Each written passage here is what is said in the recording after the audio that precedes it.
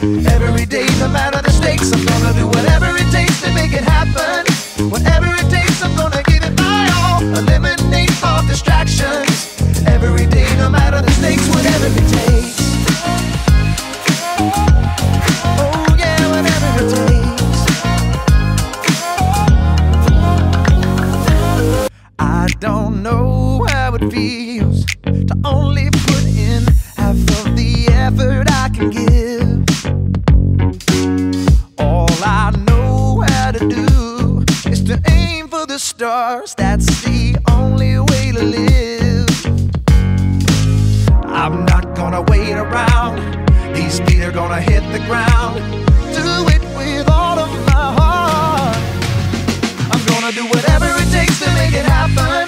Whatever it takes, I'm gonna give it my all. Eliminate all distractions.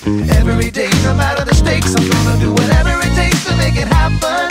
Whatever it takes, I'm gonna give it my all. Eliminate all distractions. Every day, no matter the stakes, whatever it takes. Oh, whatever it takes.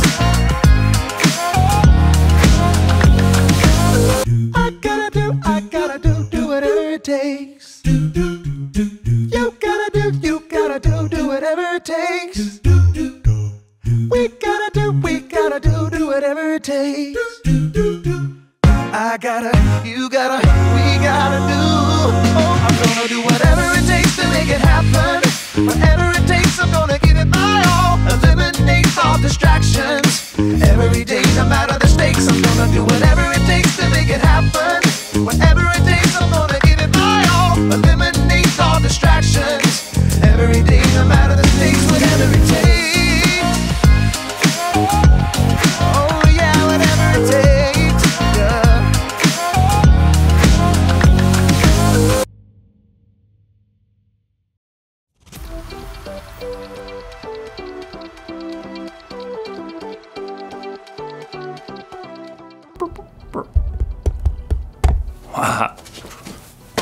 Hey everybody, it's me, Jacob, and I may not be a real astronaut, but I still know a lot about initiative.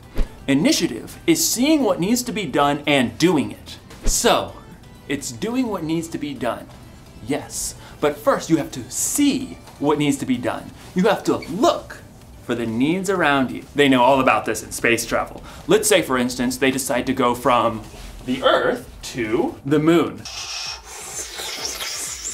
They don't just get in their rockets, strap themselves in, and take off.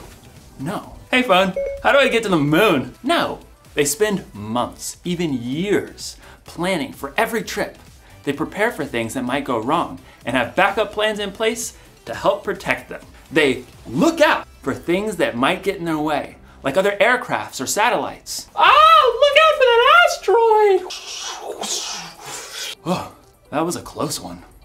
They decide before they even start the trip exactly where they're gonna go and how they're gonna get there. They know Oh man, I ruined the moon. That was not part of the plan. But good thing I had a backup plan. This moon is much sturdier.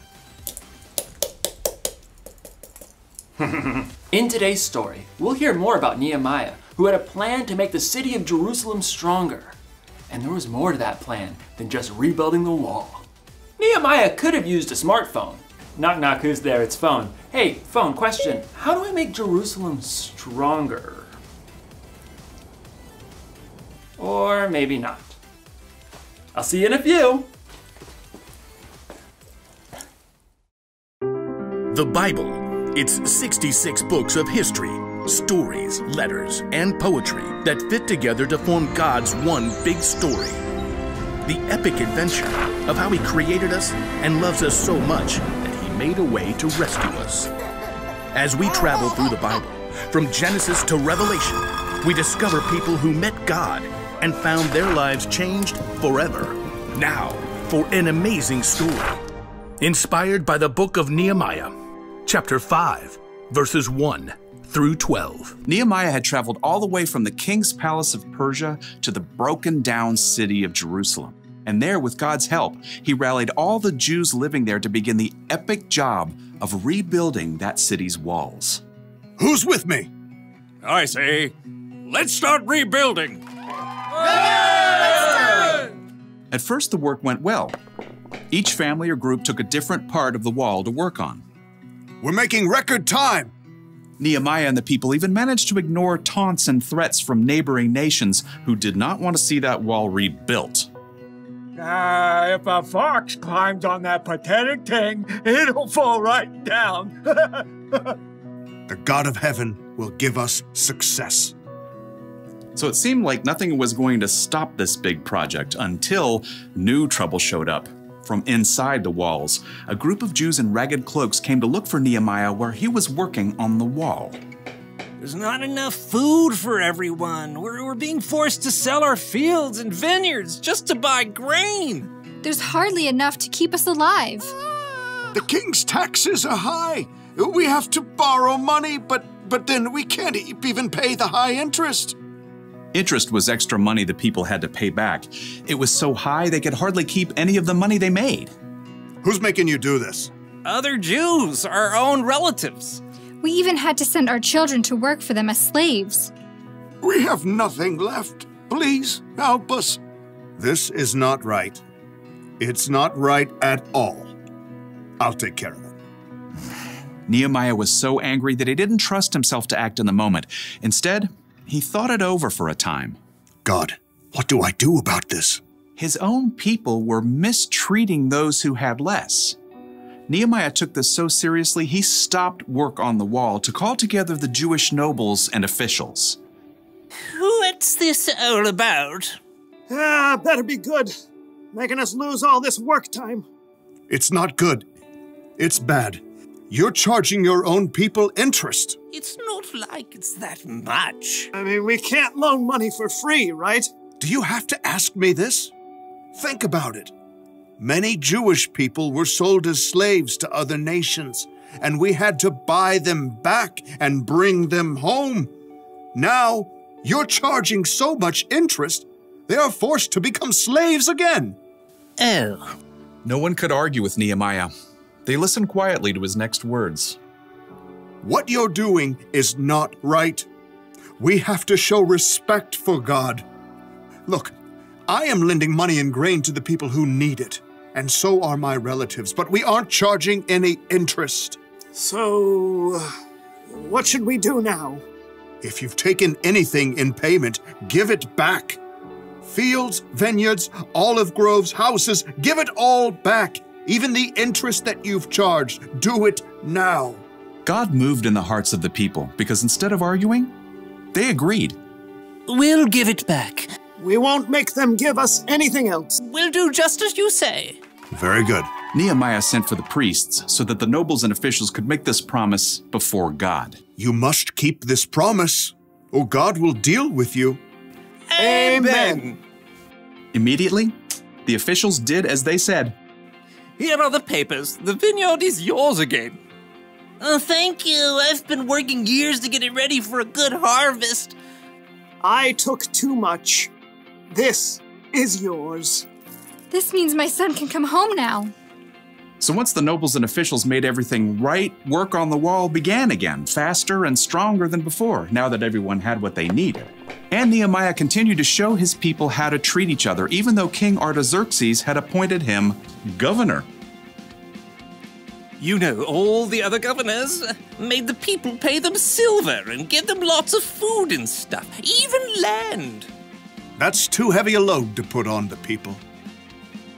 Instead, Nehemiah dedicated himself to working on the wall. In fact, he even invited 150 people to eat food at his own table. Throughout his life, he always looked for ways to treat people fairly and make things right.